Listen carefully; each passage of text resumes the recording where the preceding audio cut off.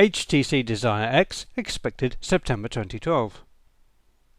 At the moment there seems to be a trend of consumers looking at larger screens when upgrading their smartphones, with a steady increase in display size over the past couple of years. But bigger screens tend to be more expensive, and this creates a price barrier for potential consumers. The HTC Desire X is a handset that does offer a relatively large 4.0-inch touchscreen display, but it keeps the costs down by limiting the resolution to a fairly modest 480 by 800 pixels.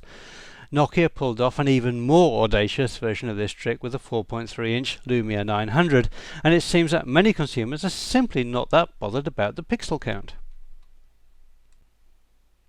Furthermore, the rest of the Desire X's specifications seem to have been designed in a similar way.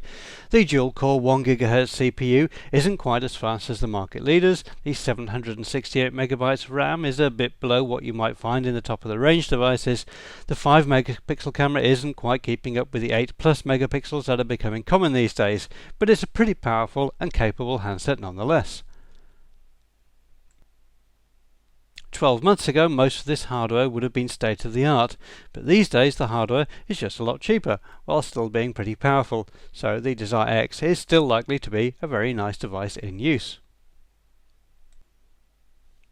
Despite the slightly not quite cutting-edge specifications, the software is much more up-to-date, with Android 4.0 and HTC Sense 4.0 running on top to make it look pretty. Music playback is enhanced with Beats Audio, and there are a number of other HTC enhancements too. It does everything that every other Android 4 smartphone can do, but it has the advantage of looking rather nicer than most of its rivals. The HTC Desire X is due for release during September 2012, but no guidance has been given on price. We don't expect this to be a very expensive handset though. We guess that it will retail for around €300 or so including taxes in order to be competitive.